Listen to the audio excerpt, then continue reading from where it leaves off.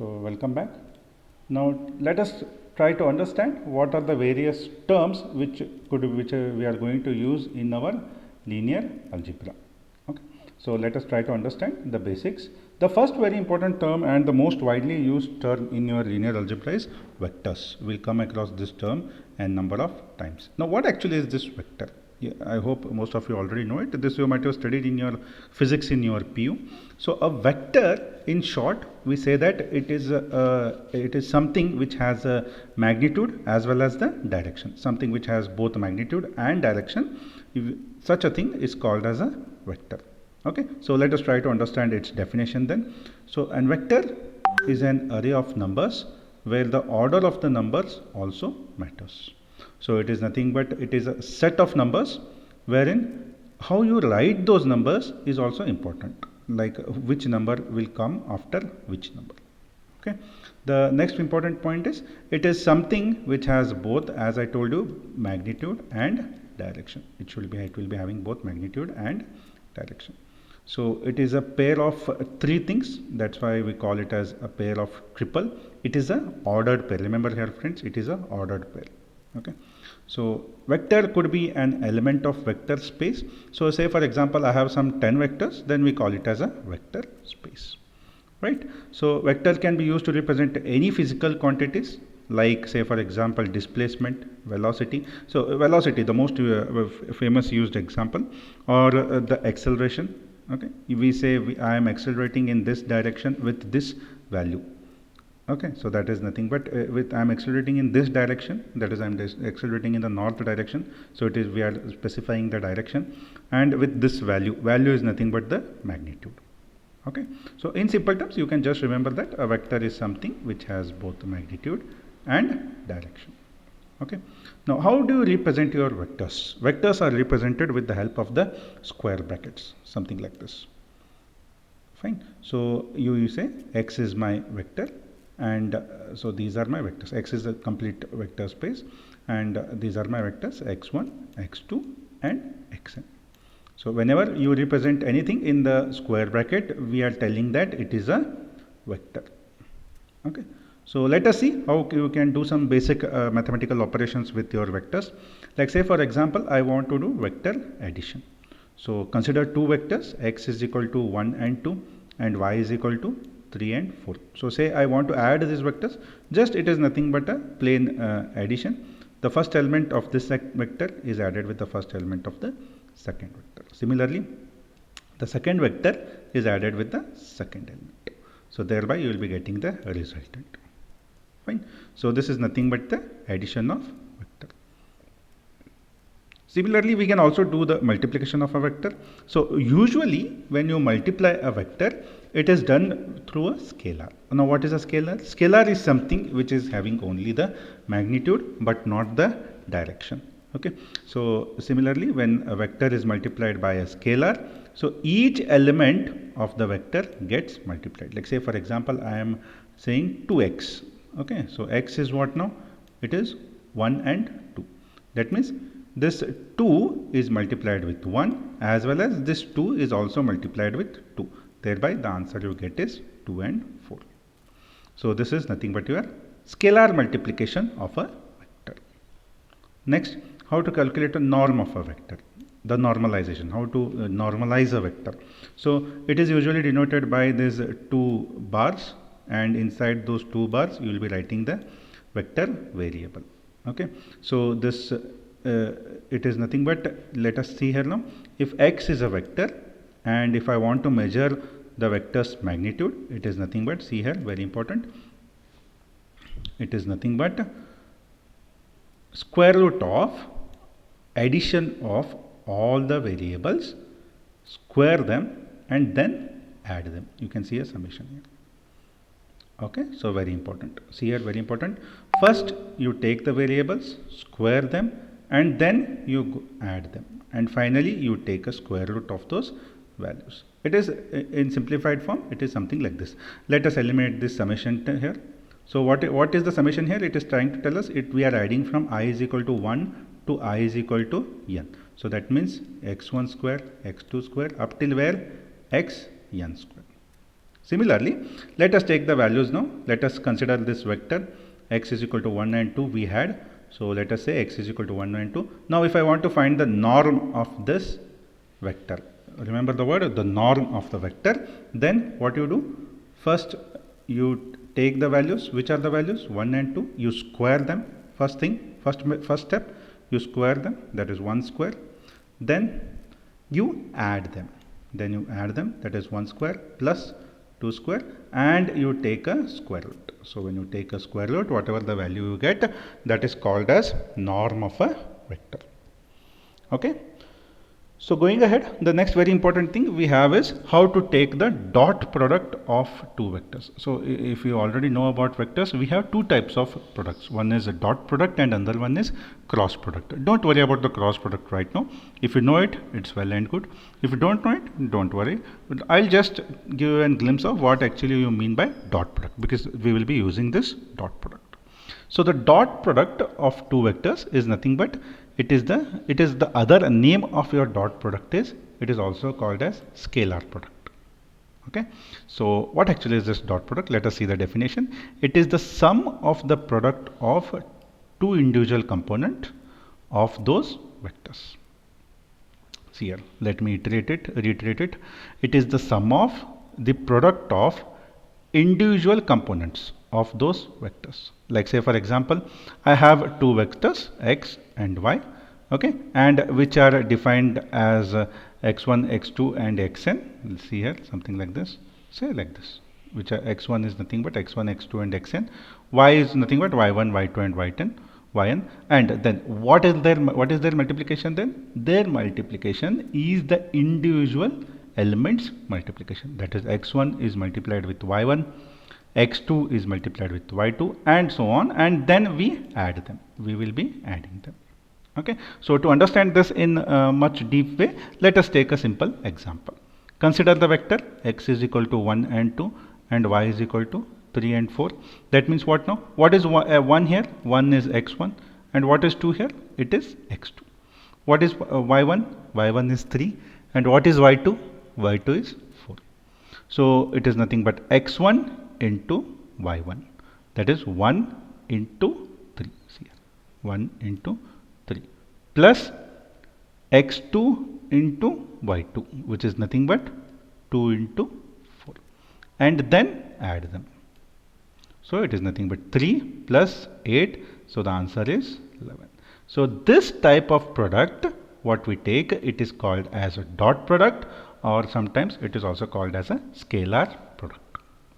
Okay. Now suppose if I have two same vectors, say x and x, then it is nothing but it is the square of the norm. We will just get the square of the norm. You can just try it as an exercise. Take x only, and instead of y, again you take x only and try to multiply it. So whatever you get, and whatever you take with the help of the norm and the square. Say for example, you already know what is a norm. You would have the definition here.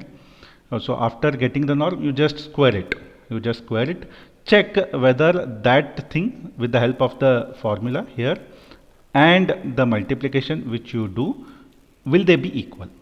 Just it's a small exercise, you can try it out. Okay. So going to the next thing, the next very important thing we have is what is orthogonal and orthonormal vectors. Okay. So two vectors a and b are said to be orthogonal to each other if their dot product is 0. Very simple. That means they are at an angle of say 90 degrees. Okay, orthogonal. So whenever you take the dot product of the two vectors a and b, and if their answer is equal to 0, such vectors are called as orthogonal vectors. Okay. So usually we have a confusion that the difference between orthogonal and orthonormal. To avoid that confusion, this topic has been chosen here. Now let us try to understand what you mean by orthonormal. Okay. So if both the orthogonal vectors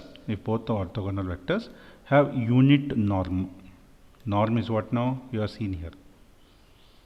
If when I take a norm and if its value is 1, then we call it as orthonormal vectors. See here friends, for two vectors to be orthonormal, first they should be orthogonal. First they should be orthogonal, and these orthogonal vectors itself are chosen to find the norm. If their norm is equal to 1, then we call it as orthonormal vectors. So this is the difference between your orthogonal and orthonormal. See, norm, in orthonormal you have the word norm.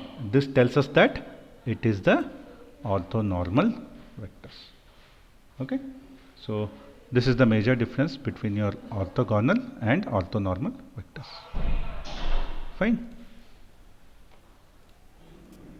So the next topic we have is your real vector space. Fine. So let us try to understand what is the meaning of this real vector space. So if you want to try to understand, I hope the thing is clear, orthogonal and orthonormal vectors. Okay. So let us try to understand. We'll be entering now vector space and subspace. Okay. So let us try to understand what actually is this real vector space. So if I have a set of elements V, and together with the operations addition and multiplication. See here friends, these are bit different operations. You can just observe here, an addition is there, it is surrounded by a circle, a dot is there and it is surrounded by a circle. You will shortly come to know what actually they are. See here, if the operation, if such operation is there, then we call it as vector addition. That is nothing but we are adding the vectors. If a dot operation is there and it is surrounded by a circle, then we call it as a scalar multiplication. So if I just write an addition, it is not vector addition. If I want to denote an vector addition, I should write a plus and encircle it with the circle. Okay, and if I want to denote a scalar multiplication, I will be writing a dot and I will be encircling it with the circle. Okay, so let us see what actually is this real vector space. So suppose I have a set of elements, okay, V, with the operations vector addition and scalar multiplication.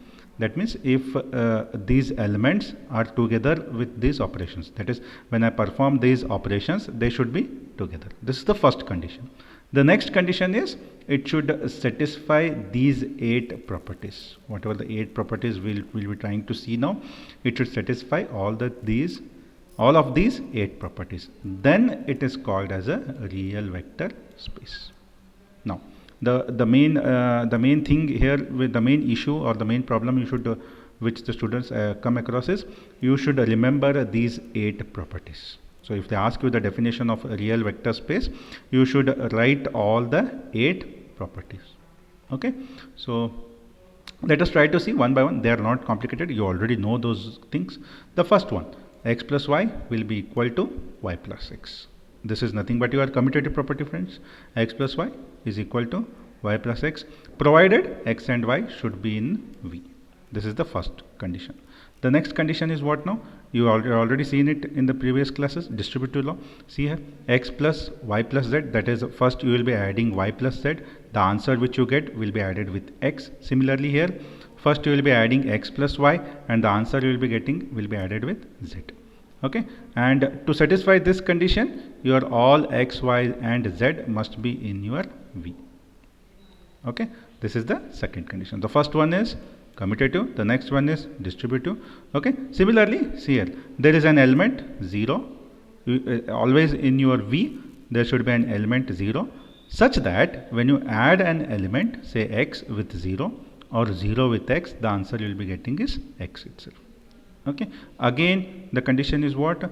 Any value of x you take, it should be from the V. This is the third condition. The next condition you have is for each x in V, that means what now? For every element in V, there should be an minus x. Okay, and when you add these things, that is when you take a vector addition of x and minus x, the answer you should get is 0. Okay, so this is another very major thing. Again the same condition, that is x must be in element of V, and if you have any real number, see here friends, it has been specifically noted down, if I have a real number which is a constant, and if you do the scalar multiplication, then that answer must be also in the V. Okay, so this is the next condition, that is the fourth condition. Finally, the fifth condition is nothing but when you take a scalar multiplication of a vector addition, you should get, the first thing is c into x, this term, these two terms. So c into x added with c into y. Now, for this is true for all the numbers c and as well as for all the numbers x and y in your V. So the same thing can be rewritten with the addition. See here friends, it is nothing but c into d, c plus d into x. Okay, so it is nothing but c into x, the first one. So please make a note here, there is a circle here around. Okay, c into x plus d into x. This is the sixth condition. Finally, the seventh condition is nothing but with all the multiplications. So c into d is multiplied with x. Finally, 1 into x will be equal to 1, identity. Okay. So just I will summarize the whole thing. See here, the first one is commutative, the next one is distributive, next one is about your zero element, you should have a zero element.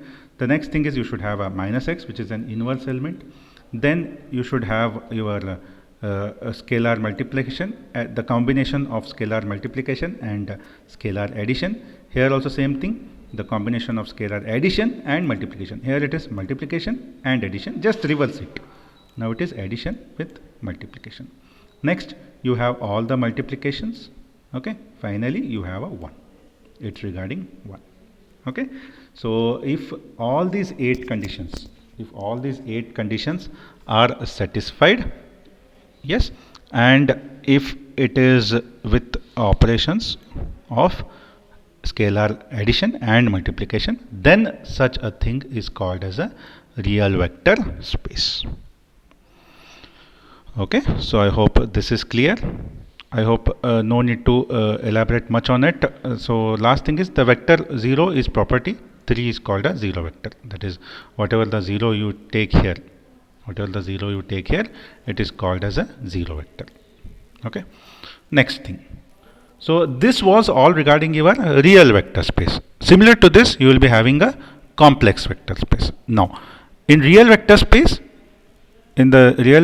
you will be having all the real numbers. Whatever the real vector space you consider, this say x and y we consider, these all are real numbers. Okay, and whatever the complex vector space we consider, here we will be having all the complex numbers. That's all. If I have complex numbers, then we call it as a complex vector space. Okay. Now let us try to see an alternate definition. So let us try to understand now. A vector space is nothing but a non-empty set V of objects called as vectors. Okay, which are defined for two operations. Those are nothing but addition and multiplication by scalars, subject to the axioms which are listed below. Okay, so these are the axioms which are listed. So see here friends, in simple terms, a vector space is what now? It is very similar to the previous definition. A vector space is nothing but it is a set of vectors, okay, which are defined for two operations. One is addition and another one is multiplication, and it should satisfy these 10 axioms. These 10 axioms are very similar to the axioms which you have seen just now. Okay, so that is an alternate example. Next thing we have is regarding your subspace. What actually is this subspace? Okay, so a subspace of a vector space V is nothing but it is a subset Z of V that satisfies the requirements of a vector space. So you can say it is nothing but it is a subset. A subspace is nothing but a subset, but it is a subspace of vector space. See here, we already have a vector space, and if there is another thing inside this vector space, then we call it as a subspace. Okay, now what is the requirement for it to call it as a subspace? It is nothing but it should be a subset. It should be a subset of V, and it should satisfy all the requirements which are required to be satisfied by the vector space. That is, or whatever the requirements we were having here. Whatever the requirements we are having here for satisfy your vector space, it should also satisfy the same requirements. Okay, so first thing is, say if we have two vectors, x and y in the subspace, then x plus y must be also in the subspace. See here friends, I have 2 and 3. Assume I have 2 and 3 as the two vectors, and I add them. Say I'll get an answer 5. When I get an answer 5, that 5 must also be in the subspace. If it is not inside the subspace, then we call it as not a subspace. That is, the vectors x and y do not belong to the subspace. This is the first condition. The next condition is, if we multiply any vector x in the subspace by a scalar c, then c into x will be also in the subspace. Okay, so that means if you multiply any 5 with say a vector 6 vector or a 6x plus 7y vector, then that multiplied answer must be also inside the subspace. Okay, so this is one of the definitions of your subspace. Fine. Next thing, we have an alternate definition, which is nothing but a shortcut of this definition. So I would suggest you write this definition if it is asked, because it is more elaborated and more clear. Next is a subset is nothing but a subset that is closed under addition and scalar multiplication. See here, the same thing. See here, we are doing addition and we are doing multiplication. But this is not in detail, so don't write this definition. This is just for you to understand. Okay. Now, let us say we have V and W are our two vector spaces, and they have been identical definition of vector addition and scalar multiplication, and W is a subset of V. Okay, so that is W belongs to V. If that happens, then we call it as W is a subset of V. Okay, so subset and subspace both are very similar.